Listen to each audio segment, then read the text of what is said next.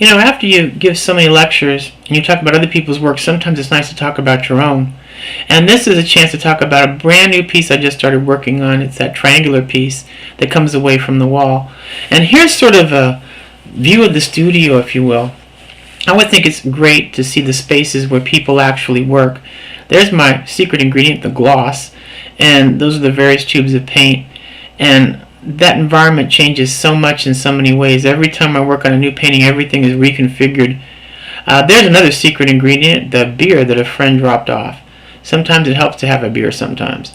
There are the brushes, the various tools I work with. And these are my brushes I have not even opened yet. I seem to have a little case of OCD here about these brushes. I'm like really meticulous with them, but they will be used. Trust me, they will get a chance to be debuted.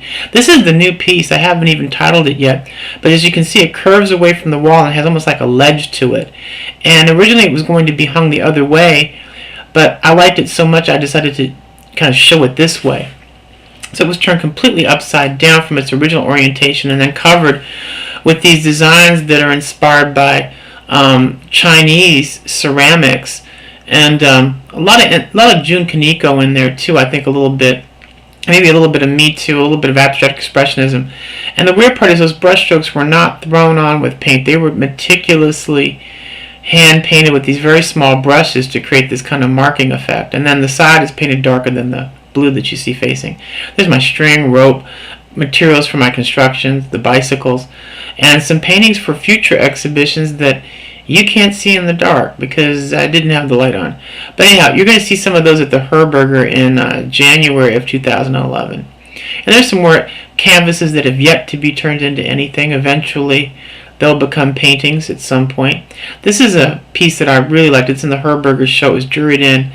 And it's all about, to me, about space. This is a commission piece that I loved. It's in an office in Ahwatukee, which is great to be able to work on that project. Again, this is kind of an overview of my paintings. The little steps, small paintings that had a huge influence on later paintings. That's another small step painting, a little painting that had a huge effect. This is going to be in the Herberger too. It's one of my personal favorites. It's about isolation, the desert landscape, 20th century civilization. It's kind of a huge metaphor. This was inspired by Egon Schiele, one of my favorite artists. I love the piece. This is also inspired by Egon Schiele.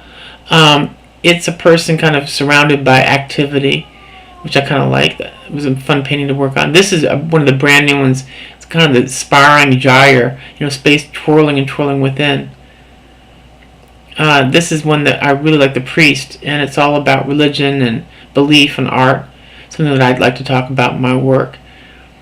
This is one of my commission pieces for an office. I became OCD about the brushstrokes, but I really loved the effect. It was just really this rich type of painting that I'd never done before with these kind of colors.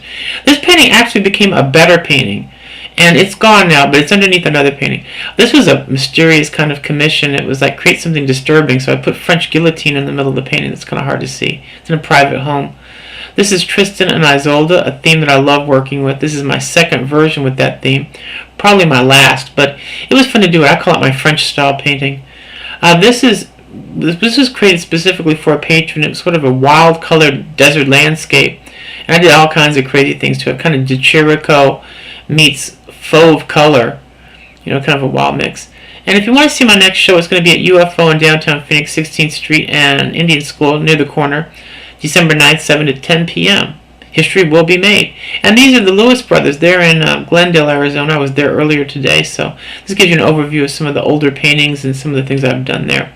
They're well worth checking out. So this is kind of like a little overview of my studio. Have a pleasant evening.